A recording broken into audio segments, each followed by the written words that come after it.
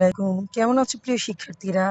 আজকে আমি অষ্টম শ্রেণীর বাংলা বিষয় প্রথম অধ্যায় নিয়ে কিছুটা আলোচনা করব, যা সামনে বার্ষিক পরীক্ষায় তোমাদেরকে অনেক কাজে লাগবে।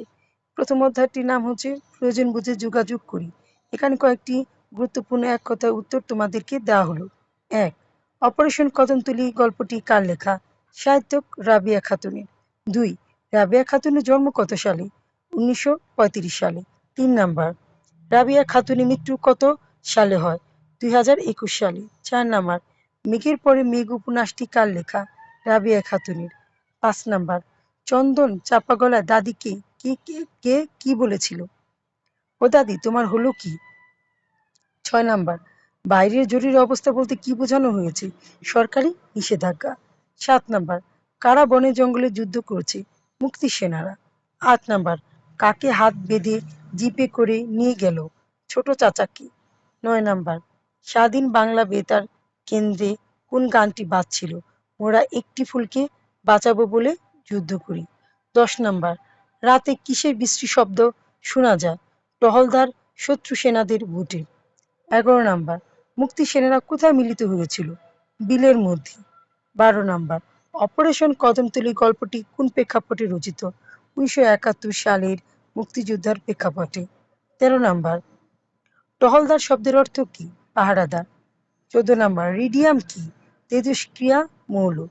১৫ নাম্বার, অপারেশনের দিন কত তারিখ ছিল? ১০ই সেপ্টেম্বর। কবে থেকে ১৬ নাম্বার, কবে থেকে কুকুরের আর্তনাদ শুরু হয়? ২৫শে মার্চের মাঝরাত থেকে। ১৭ নাম্বার, মধুমতি কি ধরনের রচনা? উপন্যাস। ১৮ নাম্বার, অপারেশনের দিন কি বার ছিল? শুক্রবার। ১৯ নাম্বার, মুক্তি সেনারা শিবিরের নাম মুক্তি সেনাদের শিবিরের নাম কি? ত্রিবেণী। ২০ নাম্বার, ইয়াহিয়া ও টিক্কা খান কেমন শাসক ছিলেন?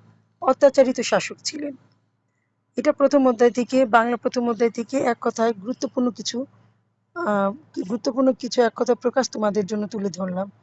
আর পরবর্তীতে তোমাদের জন্য এই এই অধ্যায় পাবে সংক্ষিপ্ত প্রশ্ন। সংক্ষিপ্ত প্রশ্নগুলো আমি ছোট ছোট করে লিখে দিব, যারা খুব কম পারো তাদের জন্য এই এই ভিডিওগুলা আমি তাদের দিব, যাতে তারা অল্প পরিমাণে পড়ে পাশ করতে পারে। তাহলে আজকে এই পর্যন্তই থাক। আগামী দিন ইনশাল্লাহ ভালো কিছু নিয়ে তোমাদের সামনে হাজির হব। তোমরা ভালো থেকো এবং সামনে বার্ষিক পরীক্ষা খুব ভালো মতো করো। অবশ্যই তোমরা আমার চ্যানেলটি সাবস্ক্রাইব করে রাখবা। তা না হলে তো তোমরা সুন্দর সুন্দর ভিডিওগুলা পাবা না এবং তোমাদের উপকার হবে ইনশাল্লাহ। তাহলে আমি হাবিবা ঢাকা দোহার থেকে এই ভিডিওটি করছি। আল্লাহ হাফেজ।